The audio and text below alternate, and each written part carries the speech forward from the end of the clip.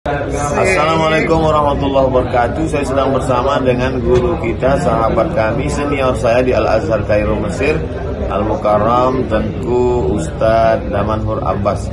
Jangan lupa ikuti kajian beliau. Yang tidak bisa, jangan ketinggalan ikuti kajian online beliau di channel Ustadz Damanhur Abbas Official. Subscribe, like, share, and comment.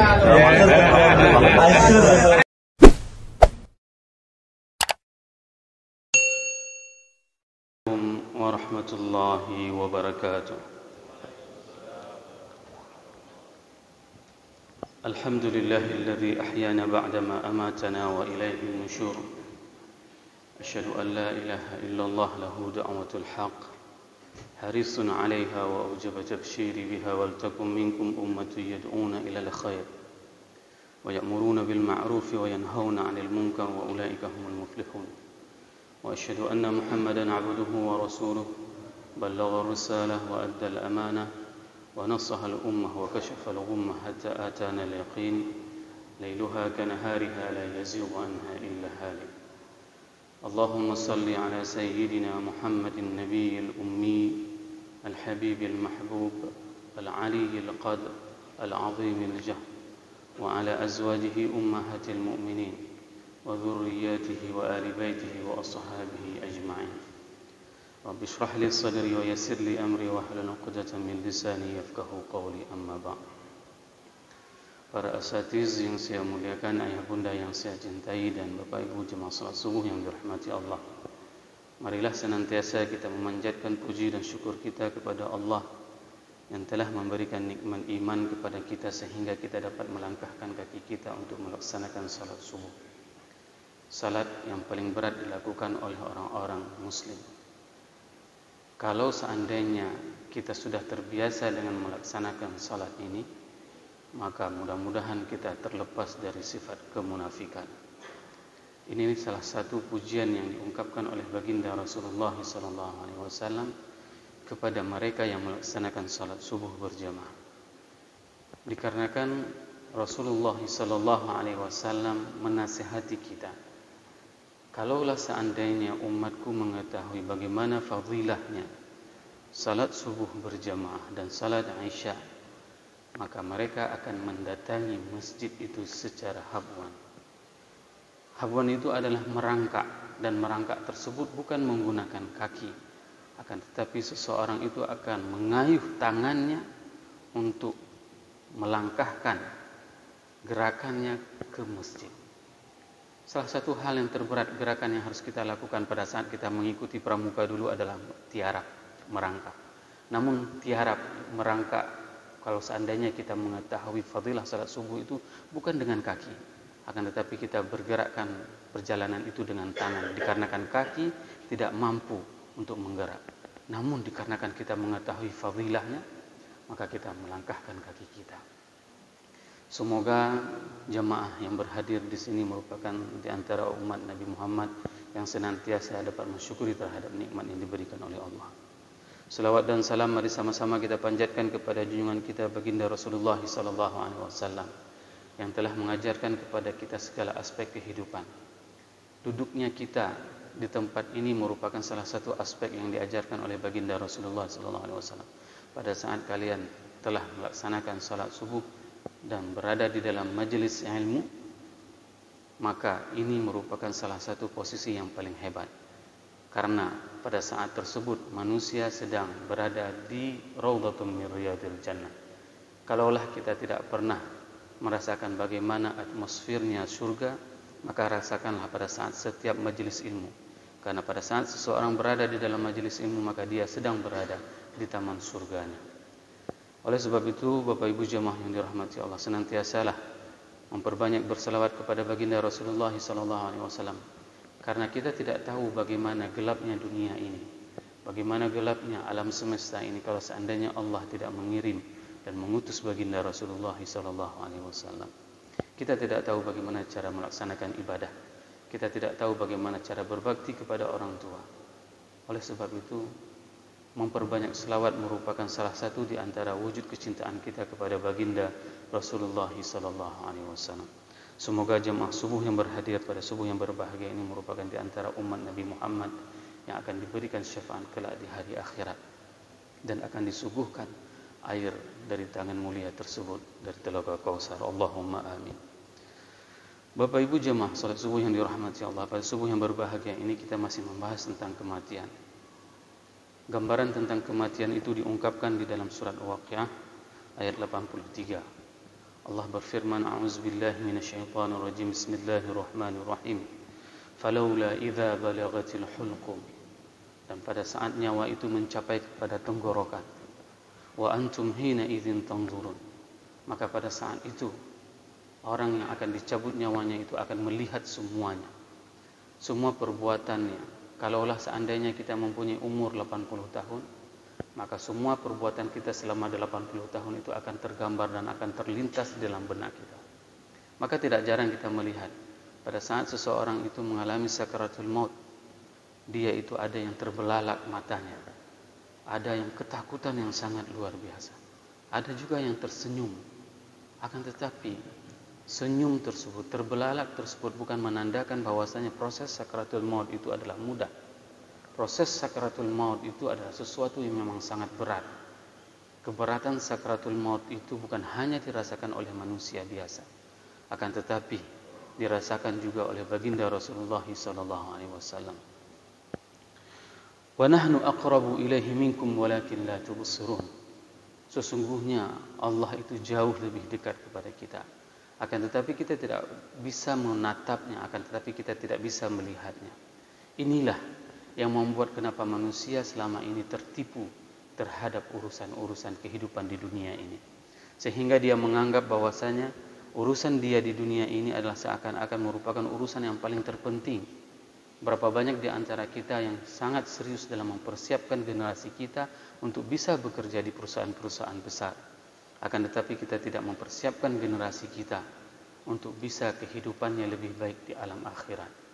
Ini merupakan persepsi yang memang harus kita rubah, bahwasanya kita itu senantiasa dekat dalam pantauan Allah, dan sungguh kedekatan kita itu sangat-sangatlah dekat, bahkan melebihi daripada urat nadis tersendiri. Bapak Ibu jemaah salat subuh yang dirahmati Allah, proses wafatnya Rasulullah SAW itu adalah proses yang sangat berat. Bahkan kalau seandainya baginda Rasulullah SAW sakit, itu akan mengalami rasa sakitnya itu jauh lebih berat seperti yang dialami oleh manusia. 5 hari menjelang Rasulullah SAW wafat, beliau dipopoh oleh Fudail dan Abbas untuk menaiki mimbar dan salat zuhur. Setelah beliau salat zuhur dan berkhutbah di atas mimbar, sebagaimana kita sering mendengarkan cerita Rasul menanyakan kepada para sahabatnya di depan 120.000 orang, mereka ditanyakan, apakah ada di antara kalian yang pernah kuzalimi? Apakah ada di antara kalian yang pernah kuambil hartanya? Maka pada saat itu ada yang berdiri untuk meminta hutang sekian dinar dari Rasulullah SAW. Dan ada juga riwayat yang mengatakan bahwasanya ada salah satu sahabat yang ingin mencambuk Rasulullah. Ini kejadiannya 5 hari sebelum meninggal Rasulullah SAW.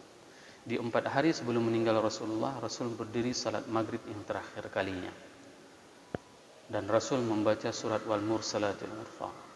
Ini merupakan salat terakhir Rasulullah bersama para sahabat, hari keempat sebelum meninggal Rasulullah SAW. Pada saat itu, saat Isya, Rasul sudah tidak sanggup lagi untuk bangun dan tidak sadar. Maka memintalah Rasulullah kepada Ibunda Aisyah untuk diserami dengan beberapa kantung air dari yang terbuat dari kantung kambing, dari kulit kambing. Dan prosesnya pada saat Isya Rasul tidak sanggup untuk salat, maka diperintahkanlah Abu Bakar untuk menjadi imam. Abu Bakar mengimami salat umat muslimin selama 17 waktu, dan Rasul hanya berdiri di belakang Abu Bakar. Pernah menjadi makmum hanya di belakang Abu Bakar. Tidak pernah Rasul menjadi makmum di belakang siapapun. Ini menunjukkan dan tanda isyarat bahwasanya Abu Bakar adalah sebagai generasi penerus yang akan melanjutkan estafet kekhalifahan yang dibawa oleh Rasulullah SAW. Hari Ahad, pada hari meninggalnya baginda Rasulullah SAW, Kalau Bapak Ibu pernah melaksanakan umrah ataupun haji dan salat di Masjidin Nabawi, di sebelah sisi kanan saya itu adalah rumah Rasulullah SAW. Maka pada subuh itu Rasul mengungkapkan tirai rumahnya, salat subuh, dan itu merupakan salat subuh yang terakhir sekali para sahabat. Pada saat Rasul mengungkapkan tirai rumahnya, tersenyum melihat semua para sahabatnya. Maka pada saat itu sahabat sangat bahagia karena melihat Rasul sudah sangat sehat. Namun apa yang terjadi, ternyata senyum tersebut adalah senyum terakhir sekali yang dilihat oleh sahabat terhadap tatapan Rasulullah SAW. Setelah itu mereka tidak pernah lagi melihat tatapan senyum tersebut. Dan Rasul menutup, mengisyaratkan kepada para sahabat semuanya untuk melanjutkan salat subuhnya. Dan pada saat duha, beliau memanggil Fatimah, anandanya, dan dibisikkanlah dua bisikan. Bisikan pertama membuat Ananda Fatimah menangis sangat luar biasa. Dan pada saat bisikan kedua, Ananda Fatimah tersenyum. Maka pada saat itu Ibunda Aisyah menanyakan kepada Fatimah, "Wahai Fatimah, apa yang dibisikkan oleh Rasulullah kepadamu sehingga engkau itu menangis pada bisikan pertama dan engkau itu tersenyum pada bisikan kedua?" Fatimah pada saat itu menjelaskan bahwasanya Rasul ayahanda membisikkan kepadaku bahwasanya aku akan pergi dipanggil oleh Allah, maka aku menangis. Pada saat Rasul mengatakan kepada anandanya Fatimah bahwasanya beliau akan meninggal dunia, maka pada saat itu Fatimah menangis. Dan pada bisikan kedua, Rasulullah SAW membisikkan kepada Fatimah bahwasanya engkau adalah keluargaku yang paling awal menjumpaiku. 6 bulan tepat setelah meninggal baginda Rasulullah SAW, maka Fatimah juga meninggal dunia. Pada saat itu Fatimah melihat bagaimana rasa sakit yang dirasakan oleh ayahandanya. Bayangkan manusia yang paling mulia di atas jagat raya itu merasakan sakit sakaratul maut, sehingga pada saat itu Fatimah sangat tidak bisa menahan bagaimana rasa sakit yang dirasakan oleh ayahandanya, sehingga Rasul memberikan sebuah hiburan kepada anandanya, "La karba ala abuki ba'da al-yawm." Tidak ada lagi penderitaan terhadap ayahmu setelah hari ini. Pada saat itu Fatimah tersenyum dan melihat ayahandanya memang sudah sangat dekat dengan Rafiqul A'la. Maka pada saat itu dilihatlah Abdurrahman bin Abu Bakar memasuki ke dalam rumah Rasulullah SAW dan dia memegang siwak. Maka Ibunda Aisyah mengisyaratkan kepada Rasulullah, "Apakah engkau ingin bersiwak?" Beliau mengangguk. Lalu Ibunda Aisyah melunakkan siwak yang dipegang oleh adiknya, lalu diberikan kepada Rasulullah, dan Rasul bersiwak. Tepat waktu duha, Allah memanggil Rasulullah SAW. Dan Rasul mengatakan, "Ila rafiqil a'la, ila rafiqil a'la." Ini merupakan sebuah pertemuan yang paling hebat, pertemuan antara seorang kekasih dengan kekasihnya. Maka pertemuan inilah yang sangat diharapkan oleh semuanya. Siapapun kita yang hidup di atas dunia ini, kita sangat menginginkan untuk bertemu dengan Rabb kita. Berapa banyak amal yang sudah kita persembahkan hari ini di dunia ini, maka kita akan melihatnya, akan menantinya. Maka pertemuan kita dengan Allah itu adalah pertemuan yang sangat-sangat kita rindukan. Kenapa kita merindukan? Karena kita semua akan menempati apapun yang dikatakan oleh Allah. Apapun janji Allah itu akan diberikan kepada kita semuanya. Karena tidak ada satupun ungkapan dan perkataan perintah dan larangan itu tidak mengungkapkan sesuatu yang pasti. Maka janganlah pernah berputus asa untuk senantiasa melakukan segala macam kebaikan. Bapak Ibu jemaah salat subuh yang dirahmati Allah, saya pernah merasakan dan melihat sendiri dengan mata kepala beberapa kasus pada saat seseorang itu sakaratul maut. Salah satu, ada jemaah yang pada saat beliau sakaratul maut itu memang merintih, menahan rasa sakit yang sangat luar biasa. Pada saat dicabut nyawanya itu memang dia tahan. Dan ungkapan yang paling sulit diungkapkan oleh orang itu adalah pada saat dia bisa mengucapkan kalimat tauhid. Kalau ini tidak terbiasa, maka dia tidak akan pernah bisa. Maka ada di antara mereka yang bisa mengungkapkannya dengan mudah. Dan begitu mereka mengungkapkan, padahal pada saat sebelumnya dia menahan rasa sakit yang sangat luar biasa. Dia menahan, menggigilnya dia menahan. Tapi pada saat nyawa itu akan dicabut, dia sempat mengucapkan la ilaha illallah, langsung dicabut nyawa. Ada juga yang saya pernah melihat, ada jemaah yang di atas pangkuan anaknya. Seorang ayah berada di atas pangkuan anaknya, pada saat meninggal dunia, ayahnya itu hanya merintih 3 kali. Dengan rintihan yang sangat tipis, sangat kecil. Seperti itu. 3 kali, setelah itu selesai. Bukan berarti pada saat seseorang itu menahan rasa yang sangat sakit dengan orang yang merintih itu tidak merasakan rasa sakit. Sungguh sakaratul maut itu merupakan sesuatu yang sangat sakit. Kecuali sakaratul maut itu tidak akan pernah dirasakan sakit oleh orang-orang yang berjihad di jalan Allah. Orang-orang yang meninggal di jalan Allah, yang berjihad di jalan Allah, mereka tidak merasakan rasa sakit kecuali seperti digigit oleh semut. Dan ini diungkapkan di dalam hadis Abdullah bin Jabir. Abdullah bin Jabir itu mempunyai seorang ayah yang bernama Abdullah bin Haram. Abdullah bin Haram seorang tua yang sudah mempunyai usia lanjut dan perang di dalam perang Uhud. Beliau syahid di perang Uhud. Apa yang terjadi? Abdullah bin Haram itu dimutilasi oleh orang-orang kafir. Hidungnya dipotong, kupingnya dipotong, matanya dicongkel, mulutnya dijahit. Begitu mereka membuat orang-orang muslim.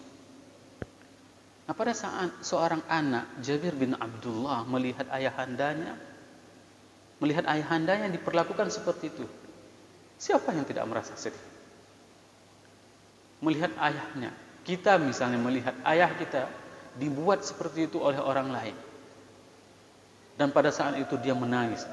Jabir mengatakan, aku menangis pada saat itu dan Rasul tidak melarang pada saat aku menangis. Ini menunjukkan kesedihan pada saat seseorang yang meninggal dunia itu dibenarkan. Yang tidak dibenarkan itu adalah berlebihan, meratapi kematian, itu yang tidak dibenarkan. Maka datanglah Rasulullah SAW kepada Abdullah bin Jabir untuk menghibur Abdullah bin Jabir dengan mengatakan, wahai Jabir, janganlah engkau menangis. Aku baru berurusan berjumpa dengan Allah dan mengatakan pesan kepadamu.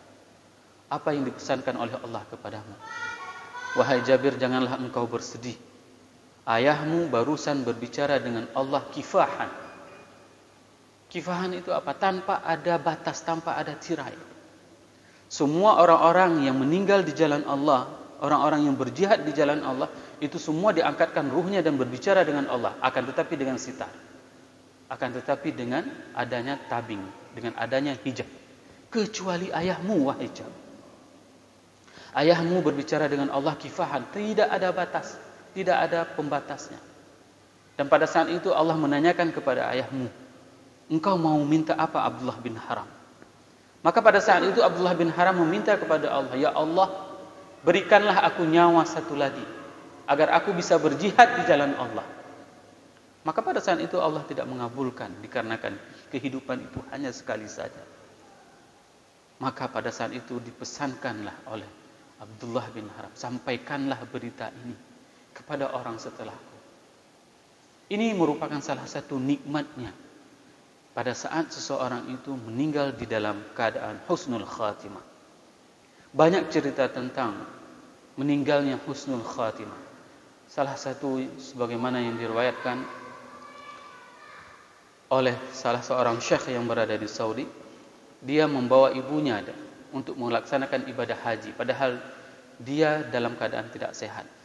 Dia gendong ibunya untuk semua pelaksanaan ibadah haji. Bukan dia pada saat ibunya sedang melakukan tawaf, dia itu digendongnya ibunya.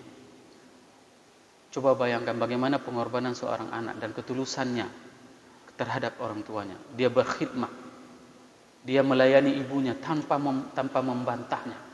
Dia bawa haji, dia gendong ibunya. Dan pada saat setelah selesai melaksanakan ibadah umrah, anaknya meninggal dunia. Dan pada saat itu ibunya menangis dan mengatakan, sungguh anakku meninggal dikarenakan dia mengabdi kepadaku. Dan apa yang terjadi pada saat dikebumikan oleh syekh tersebut, beliau mencium aroma yang berada di dalam kuburan itu. Tidak pernah beliau menciumnya sama sekali, kecuali di 3 orang yang pernah dia kebumikan. Syekh tersebut merupakan orang yang berkhidmat dirinya untuk melayani semua orang yang meninggal, memandikan orang meninggal. Beliau yang menguburkan orang meninggal tanpa mengambil upah sedikit pun.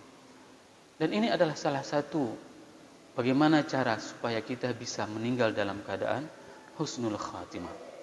Berbakti kepada orang tua, ini merupakan salah satu cara kepada kita agar kita bisa meninggal dalam keadaan husnul khatimah.